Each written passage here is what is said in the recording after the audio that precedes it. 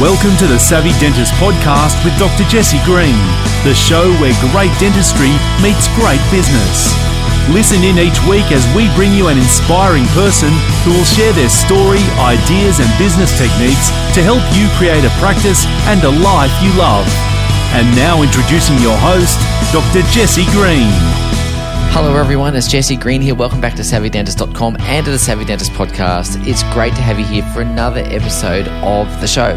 Now, if you're a motivated, driven practice owner and you want to achieve new levels of success in your practice, whether that's having a greater income for yourself, having more free time, having a high-performing team, more patient flow, or just enjoying greater levels of enjoyment around your practice, I'm going to encourage you to come along to the Savvy Dentist Facebook group and come join us there because we've got some tools, some trainings, and of course we've got a like-minded community of dentists who want to do those things too. So all you need to do, if that's you, is to head across to Facebook, find Savvy Dentist in the search bar, type it in, and find the group, answer a few questions, and we'd love to welcome you there. And as I said, there'll be some good stuff waiting for you when you come into the group. Now today, I want to talk to you about someone who's perhaps one of Australia's greatest entrepreneurs, but perhaps a little less known than others. And I'm talking about Australia's original cattle king, who was Sidney Kidman.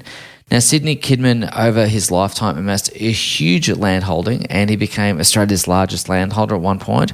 And though he passed away in 1935, his fortune lives on and his legacy lives on. And in fact, his land holding was acquired by Gina Reinhardt a few years ago.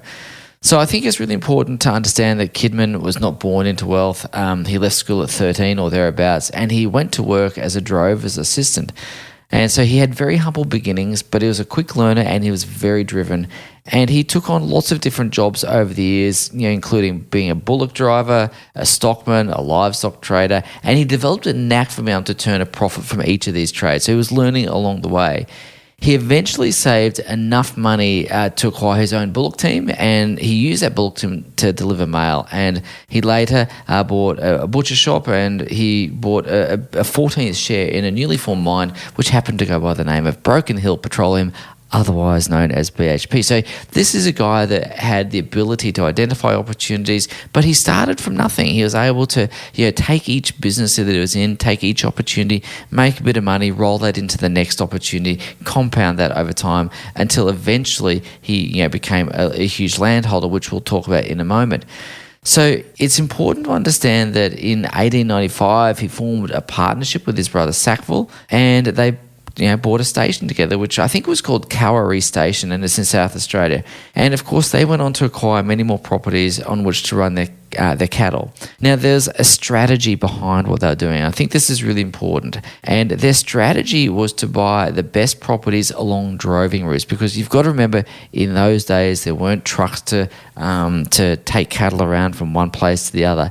And they needed to have these properties along distribution routes to market, and they needed to be able to have water and feed along those distribution routes as well. And so by buying this network of properties adjacent to rivers and waterways, Sidney Kidman and his brother Sackville were able to reduce the impact that droughts had and ensure there's always a ready supply of feed for the cattle. So by the time they got to market, they were able to get the best price. So, of course, there were going to be challenges along the way. It's no doubt that every business has its challenges, and Kidman was not immune from those either. Of course, the properties weren't always available at the time he could afford them or wanted them. The land he was working was sometimes arid and unforgiving, and he had to wait until he could secure the food and water. So his cattle were always at risk until he could get that network together. But what's really important is that as each obstacle arose, he saw that as an opportunity, and he developed strategies to not only overcome the obstacle, but turn that into an opportunity. What I found really interesting reading Sidney Kidman's biography was that he was pretty clear about what he wanted to achieve from the outset. He had a clear goal, he had a plan to achieve it, and he was patient. And this is something that I think is really important, and I think is missing in today's world a little bit, is the art of patience and sticking to a strategy and not being distracted, but having faith in the strategy and having the patience to execute that over time. So it wasn't an accident that he accumulated such a valuable interconnected network of properties.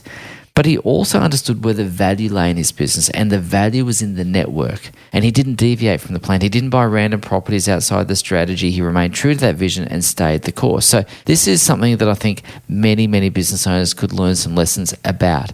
So what I really wanted to think about is understanding where value lies in your dental practice. Where does the value lie? It's about being clear about that. Now, there's a couple places value lies in your practice, and firstly, value lies in having a patient base.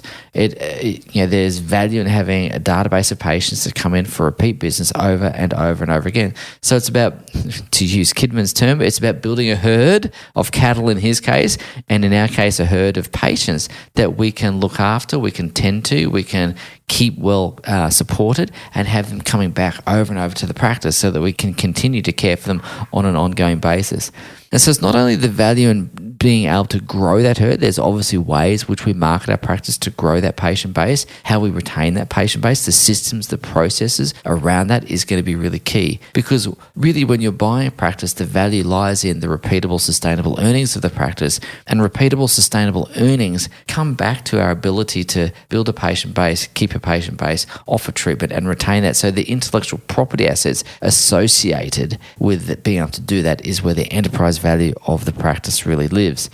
So what I think is also really important is being able to handle setbacks. And as I've said, Kidman had his setbacks and dental practices have had their setbacks too over the last few years. I mean, gosh, we've had COVID, of course. We went into the initial shock of COVID. We went into a stage where so many people were worried that their practice was not going to survive. We had people who prior to COVID were very bullish, very, very optimistic about their practice, shouting that from the rooftops almost, to then those same people being worried and concerned about the viability of their practice almost overnight. Now, of course, we know that the pendulum swings too far one way or the other. We know that moods can be affected. But what we noticed is that the practices that were able to adapt were the ones that did really well. And certainly in the Practice Max community that I lead and I'm very grateful to be a part of, is that we saw most of the practices go through that process really unscathed because the fundamentals that they were operating by were really, really sound. So I think it's also really important to understand that if you have setbacks, the ability to bounce back is going to be key, but also what allows you to bounce back from those setbacks is having your fundamentals right. So let's talk a little bit about those fundamentals in dentistry for a moment. The fundamentals in dentistry are being able to produce cash flow. And you want to have three very strong monetary systems in your practice. You want to have a revenue generation system, which allows you to create revenue at will. It's the no-fail system. You want to be able to know that every time I turn this system on, if I operate it properly, it's going to produce money. And certainly that's something that we've installed in our practice. It's something that we teach for all of our practice owners that we work with. And it's a bit like having a tap. You turn it on, you're confident that the water's going to come out of the tap. You turn this system on, you're confident that money's going to come out the other end. So that's the revenue generation system.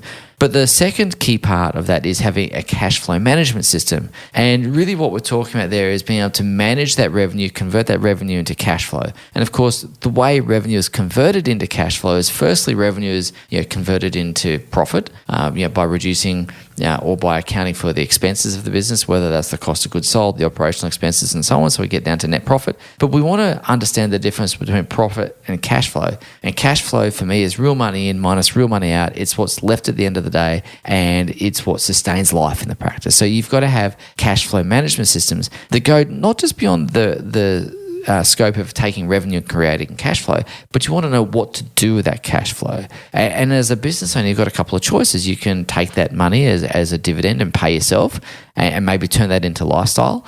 You might want to reduce debt in your practice, or you might want to reinvest it in the practice and produce more assets and rinse and repeat that cycle.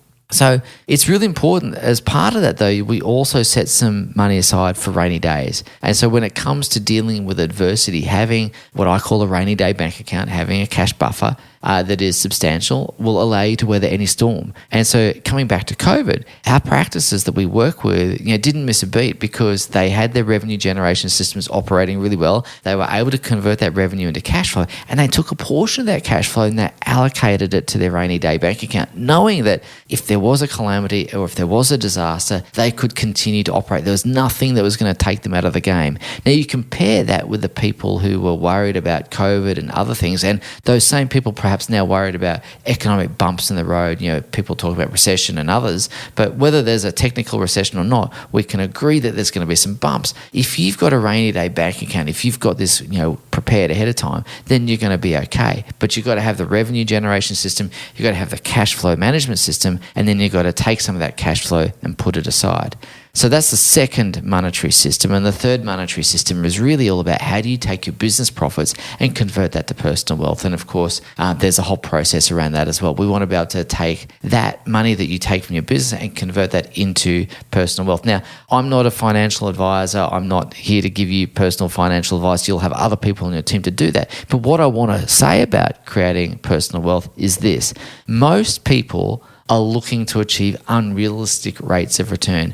In the world I live in, we've got a large portion of our wealth invested in reliable, repeatable assets, and it's kind of the core of our strategy. Then if I want to go and do something that's a little bit speculative or maybe is a different risk profile, then I'm not risking the house. I'm not risking the farm on that. I'm not putting all my chips on black, so to speak, or all my chips on red. I'm taking calculated risks in that, but most of my wealth is tied up in really stable asset holdings. And so I think that's a really important thing to be able to do is you want to be able to take that money that you create in the practice, that business profit, that surplus cash flow, and turn it into personal wealth. But it's about doing that methodically and having a plan around that, and certainly making sure the business is able to generate sufficient cash flow so that you can. And again, that's part of our annual planning process that we do in our own business and for the clients that we work with.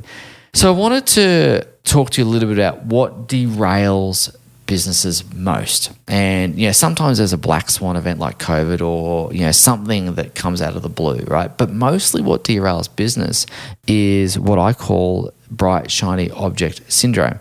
And, really that's about distraction. And so for people who are in business, the point of being in business is to run a business that turns a profit. Now, of course, we're going to be providing good clinical care to our patients. Of course, that's part of it. But if you're doing that and not making a profit, you're not going to be in business long. And the harsh reality around that is a lot of people get distracted. They get distracted often because they're trying to produce a get-rich-quick kind of outcome. They're trying to, go from 0 to 100 in half a second. But the reality is a business takes time to grow. It takes time to scale. It takes time to create wealth. And so in that time, the risk is distraction, and we're looking for the shortcut, the thing that's going to get us there 2 seconds faster than we might otherwise. But in all of that, when you're shifting focus, you're losing ground, you're losing opportunity, you're diluting your ability to get things done. And I've got a friend of mine, David, and we talk about this shiny bright object syndrome as having an affair on your business. And so one of the things that I always ask practice owners is, are you being faithful to your business, or are you having an affair on your business? And I think that's a really, really important thing to ask yourself, because if you're going to achieve any level of success, being able to master focus and to stay true to that course, to stay true to the plan, is going to be a key fundamental skill to develop. And I think that where a lot of business owners fall short is not through a lack of talent, it's not through a lack of hard work, it's not through a lack of great planning and strategy, it's the adherence to that strategy, or it's the idea that they're pinballing from one thing to the next. That is what trips people up more than anything. And we see that time and time again. And we see people bounce from one coaching program to another. It doesn't have to be ours, it could be others as well. And we see people kind of wanting the next thing. And I think really, if you're going to be committed to mastery of any level, you're going to need to commit time, energy, and focus to it. So that's really key. So again, what I'd really share with you for around this is to have a strategy. Know where the value lies in your business. Stick to the strategy, focus on the strategy, and stay the course. Don't have an affair on your business. Stay the course. So I hope you find that short episode helpful for you, and I look forward to seeing you next week on the Savvy Dentist Podcast. Take good care. Bye for now. Thank you for listening to the Savvy Dentist Podcast. For more episodes, go to drjessiegreen.com/savvydentist. And to discover how to build a high-performance dental practice, visit drjessiegreen.com and download the free report.